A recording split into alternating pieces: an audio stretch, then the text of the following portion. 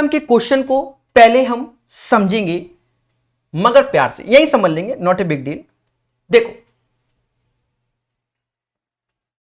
समझना, जैसे ये एक सर्कल है,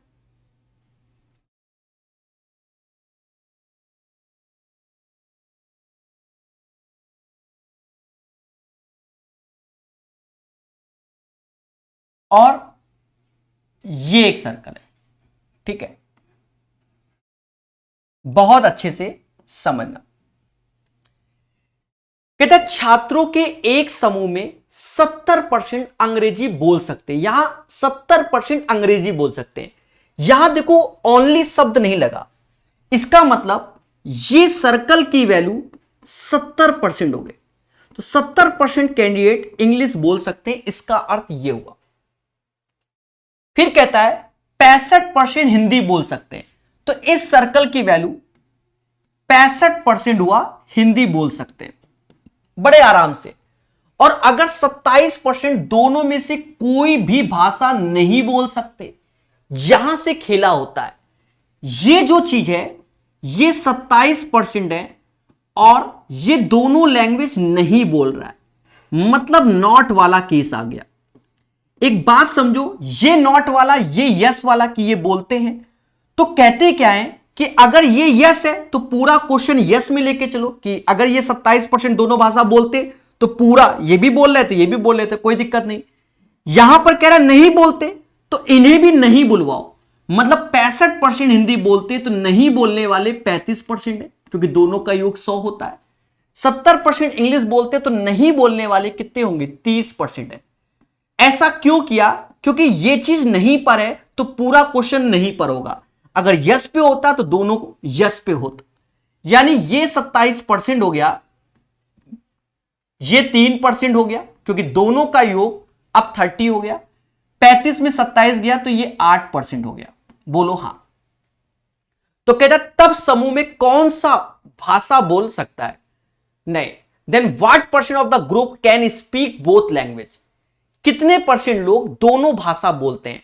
तो जो ये ऊपर लिखा हुआ है बच्चा, ये जो लिखा हुआ है इन्हें कहते हैं एक भाषा भी बोलते हैं और दो भाषा, एक भाषा 3 और 8 वाला, दो भाषा ये 28 7 35, 35 और 3 38, तो 38% वो लोग हो गए जो एक भाषा के साथ साथ दो भाषा बोलते हैं।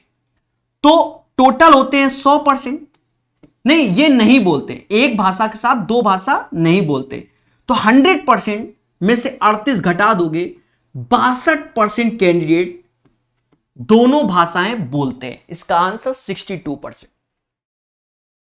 एक बार फिर से समझो, ठीक है। अगर देखिए कुछ लोग कह रहे हैं फिर से, जब कुछ लोग कह रहे हैं फिर से तो इसको हम फिर से बताएंगे कब, जब एक आसान क्वेश्चन आपके सामने ले लेते हैं पहले ये, फिर आपको हम फिर से बताते हैं वही क्वेश्चन, चिंता मत कीजिए, डिजिटल बोर्ड से यही फायदा है, धैर्य रखना और फिर से देखना।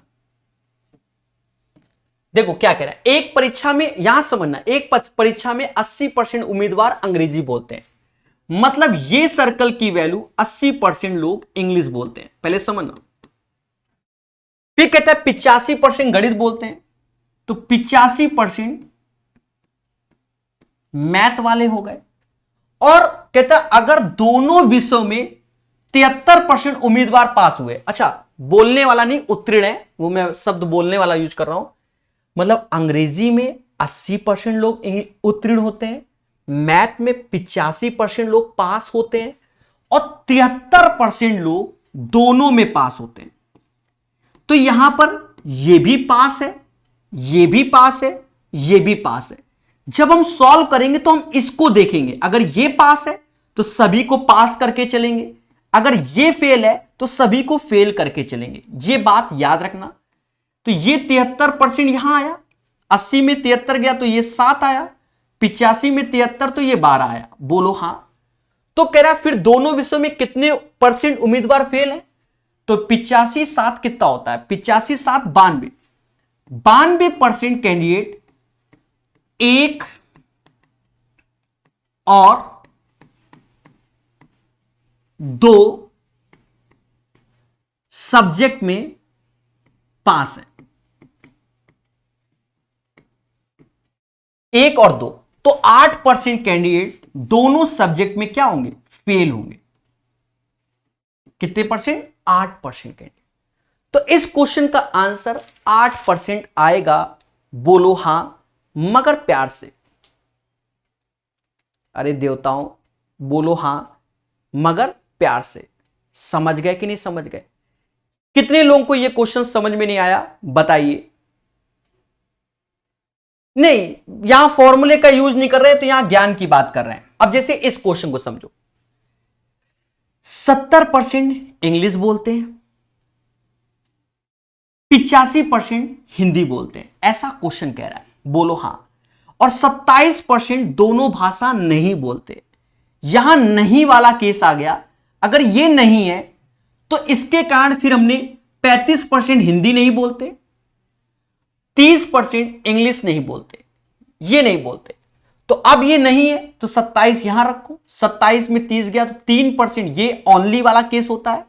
35 में 27 कम करोगे तो 8% भी ओनली, ओनली मतलब सिर्फ वाला केस। तो प्यारे दोस्तों, देखा जाए इन सबका योग करोगे तो 38% लोग वो हो गए जो 1 और 2 भाषा नहीं बोलते। टोटल 100% होता है, 100 में से 38 घटा दोगे तो 62% कैंडिडेट जो होंगे वो दोनों भाषाएं बोलेंगे। ठीक है, अब समझ में आया? चलिए, यह भी एक प्यारा क्वेश्चन है, समझेंगे मगर प्यार से और एक मुस्कान के साथ। जी हां, अंतिम क्वेश्चन बहुत अच्छा होने वाला है आज का। इसको भी देखो, बड़े प्यार समझोगे। क्वेश्चन में कहता क्या है, इसको समझना है। कहता है एक परीक्षा में 70% अभ्यर्थी अंग्रेजी में उत्तीर्ण है। कितने परसेंट? 70% कैंडिडेट इंग्लिश में उत्तीर्ण है। तो 70% इंग्लिश में, ध्यान देना ये बढ़िया क्वेश्चन है। और 80% गणित में उत्तीर्ण है, 80% इंग्लिश में मैथ में पास है, ये दोनों में पास पास है। 10% दोनों ही विषय में फेल है, 10% दोनों विषय में फेल है। यहां पर 10% क्या है, फेल है। एक चीज समझो, ये फेल आया, ये पास है, ये पास है। तो अब ये फेल है तो क्वेश्चन को किस में कन्वर्ट करोगे, फेल में करोगे। तो ये 70 में 30 ये हो जाएगा, 80 में तो ये 20 हो जाएगा। समझ गए ना? अब ये दोनों फेल फेल वाले हो गए। 10% यहां पर है 30 में, तो ये 20 आया, 20 है 10 तो ये हो गया। मतलब 40% कैंडिडेट 1 और 2 सब्जेक्ट में फेल है, 1 और 2 सब्जेक्ट में 40% कैंडिडेट फेल है। बोलो हां। और कह रहा है 144 दोनों विषय में पास है, तो 60% कैंडिडेट दोनों विषय में पास है, जो कि 144। हमसे कह रहा है कुल अभ्यर्थी बताओ। तो कुल अभ्यर्थी यानी 100% की वैल्यू चाहिए। रेशियो ले लो बच्चा, ये 3 और 5, 3 बराबर 144 यानी 48 बार में जाएगा तो 48 पंजा 240 आएगा। इसका आंसर 240, ये एक्स्ट्रा है। भाई ये वाला समझ गए कि ये 10% फेल है? अरे बोलो हां। अब बढ़िया समझा रहे हैं, एक ही पैटर्न पे लाते हैं। जैसे ये फेल आया, ये फेल, ये दोनों पास हैं, तो आप कहां जाओगे, फेल फेल करोगे। 70 30 100 होता है, 80 20 100 होता है। पहले बोलो हां। ये फेल, तो अब देखो ये 10 हो गया, पूरे सर्कल की वैल्यू 30 है तो ये 20 हुआ, यहां पर ये 20, क्योंकि समझ गए 10 10 20, टोटल 40% कैंडिडेट 1 और 2 सब्जेक्ट में फेल है। तो पास कितने हैं, 60%, जो कि 144, 100% बराबर 240। नेक्स्ट क्वेश्चन प्यारे दोस्तों, जबरदस्त क्वेश्चन है। अभी तक ऐसा क्वेश्चन किसमें पाए जाते हैं, रेलवे ग्रुप डी के एग्जाम में। ठीक है, ज्यादातर रेलवे ग्रुप डी, एनटीपीसी, उनमें ऐसे क्वेश्चन आते हैं। एसएससी में ना के बराबर। बैंकिंग में बहुत क्वेश्चन ऐसे आते हैं। इसको समझते हैं थ्योरी बेसिस पे। बिना थ्योरी के ये क्वेश्चन आपको समझ में नहीं आएगा और आप कहोगे सर का ज्ञान दिए पड़े हो। इसको थ्योरी समझने एक एक शब्द को डिकोड करना पड़ेगा और प्यार से समझाना पड़ेगा। एक सर्कल,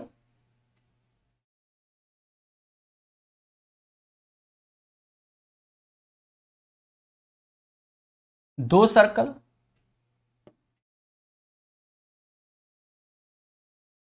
एक सेकंड रुकना।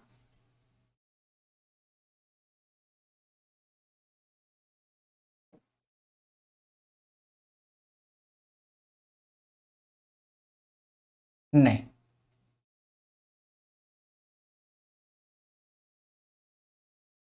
ठीक है दोस्तों, अलग अलग कलर से बनाएंगे तो ज्यादा समझ में आएगा, इसलिए कहानी को समझो।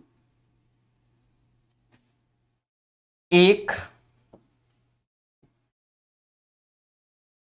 2, ये थ्योरी है आपके लिए। 3, कहानी को समझो।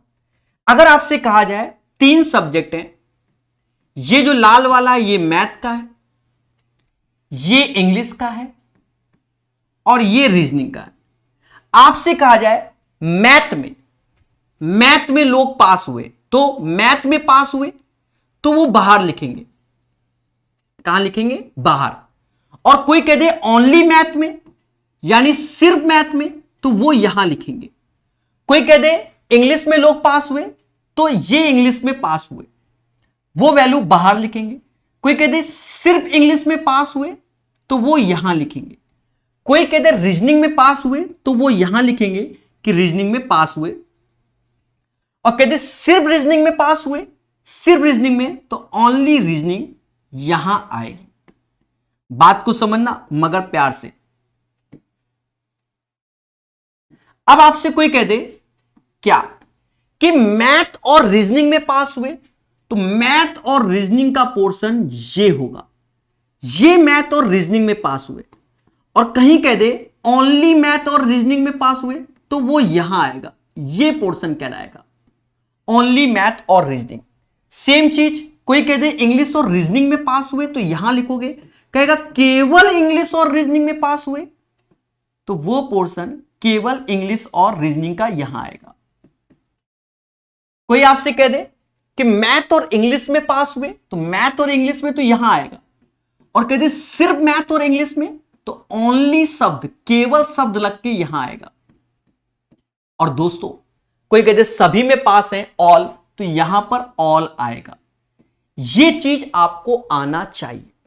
जी हां, सारा खेल इसका है। इसका आप चाहे स्क्रीनशॉट लेके रख लो, चाहे जो रख लो, मेन यही आएगा। ठीक है, इस टाइप की डीआई होती है जो कि बैंकिंग में भर भर के डीआई आती है, बैंकिंग में डीआई भर भर के आती है। ठीक है, और जबरदस्त आती है, समझ गए ना? तो अब हम अंतिम क्वेश्चन आज के सेशन का देखेंगे, मगर प्यार से। जी हां, थोड़ा सा कॉम्प्लिकेटेड लगेगा, पर डरना नहीं, क्योंकि हम तो बताएंगे भी और सिखाएंगे भी। तो एक सेकेंड,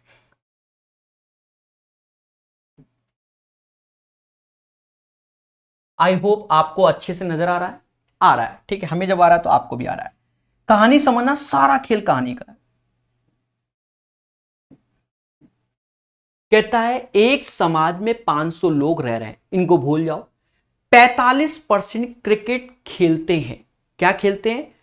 45% क्रिकेट खेलते हैं। तो ये एक सर्कल बनाओ, और कुछ नहीं बोला उसने, सिर्फ बोला ही नहीं, तो 45% क्या खेलते हैं? क्रिकेट खेलते हैं, ऐसे बना लो। फिर कहता है 29% हॉकी खेलते हैं। सिर्फ नहीं बोला, 29% हॉकी, यानी ये और 29% हॉकी खेलते हैं। टफ नहीं होते, ये इजी होते हैं।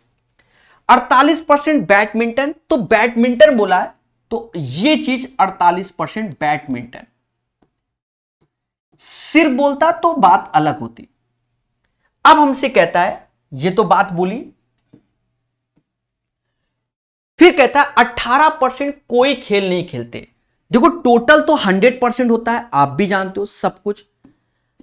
18% कोई गेम नहीं खेल रहे, तो जितना भी इसमें भरा जाएगा उनका जो योग होगा वो 82% होगा, क्योंकि 18% को तो शामिल ही नहीं किया गया। अब ऐसा तो है नहीं कि सभी खेल रहे हो, तो टोटल तो 100% होता है। 100 में 18% कोनो गेम नहीं खेलना पसंद करते, तो उनको भूला जाओ कि भैया तुम कोनो गेम नहीं खेलना चाहोगे। समझ गए? थोड़ा क्वेश्चन जूम करके अभी बताएं। समझ गए कि नहीं?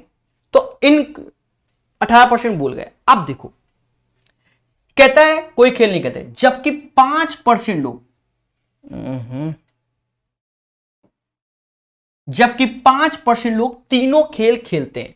तो जो तीनों खेलते हैं वो कितने हैं? 5%। यहां 5 लिख रहे हैं तो वो एज ए परसेंटेज है, याद रखना। सब परसेंटेज में आप वहां बनाएंगे तो खिचड़ी पक जाएगी, समझ गए?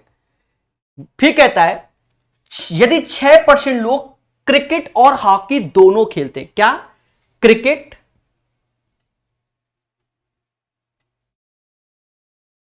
क्रिकेट और हॉकी कितने परसेंट? 6% लोग। तो 6% खेलते हैं तो अंदर आएगा 1%। क्यों? क्योंकि दोनों का योग 6। ऐसे सीखा जाता है। फिर कहता है 27% लोग क्रिकेट और बैडमिंटन दोनों खेलते हैं। क्रिकेट और बैडमिंटन 27%। तो ये यहां आएगा तो अंदर आएगा 22, क्योंकि 22 5 27 होगा। तो केवल बैडमिंटन खेलने वालों की संख्या क्या है? तो वो ऐसे निकलेगी नहीं, तो इसको हमने माना x। अब यहां ध्यान देना, टफ बिल्कुल नहीं है। आप कहोगे थोड़ी देर में क्या सर फर्जी क्वेश्चन है, ऐसे बोलोगे, समझो। नहीं, ब्लैक कलर देखो। अब इसके अंदर की वैल्यू भरनी और कुछ नहीं। 22 5 25 1 26, 22 5 27 1 28, तो 45 में 28, तो 15 में से 8 7 आया, और 3 में से, तो ये 17% आ गया। ठीक है, हाँ, ये 17% आ गया, क्योंकि पूरे सर्कल की वैल्यू 45 है तो ये 17 हो गया। 29 में 6 गया तो ये 23 माइनस एक्स हो गया। इस पूरे सर्कल की वैल्यू जोड़ोगे तो 29 आएगा। कैसे? 29 6, ये प्लस ये चला गया, ये 48 है पूरे सर्कल की वैल्यू, तो 22 5 27 घटाओगे और ये x, तो 21 माइनस एक्स आएगा। अब जितना भी सर्कल के अंदर भरा है वो टोटल 82% के बराबर। तो इस पूरे सर्कल की वैल्यू देखो, जितना हम बनाते जा रहे हैं उसको समझो। ये पूरा सर्कल की वैल्यू 45% है, तो ऐसे लिख दो, वो सारी वैल्यू काउंट हो गई। यहां पर आए 23 और ये x, तो ये कट गया, तो प्लस का 23 हो गया, 21 माइनस एक्स हो गया। तो अब x निकाल लेते हैं। कैसे निकालेंगे? 5 3 8 1 9, ऐसे लिखो। 4 2 6 2 8 89 माइनस एक्स, यहां 82 है। इसका मतलब x हमारा क्या होगा? 7% होगा, क्योंकि 89 में 89 में 7 लेस होगा, 82 आएगा। मतलब x बराबर 7। x बराबर 7, तो यहां 7 रख दो, क्योंकि हमसे ओनली वाला पूछा गया है, बैडमिंटन, तो केवल बैडमिंटन खेलने वाले। तो 21 में 7 गया, 14% कैंडिडेट क्या होंगे? केवल बैडमिंटन खेलने वाले होंगे। और ये 14% किसका निकालना होगा? 500 का 14%, और 500 का 14% 70 होता है। कैसा लगा? ठीक है, कैसा लगा ये क्वेश्चन? ईमानदारी से बताइए। तो आशा है ये सब चीजें आपको समझ में आ गई।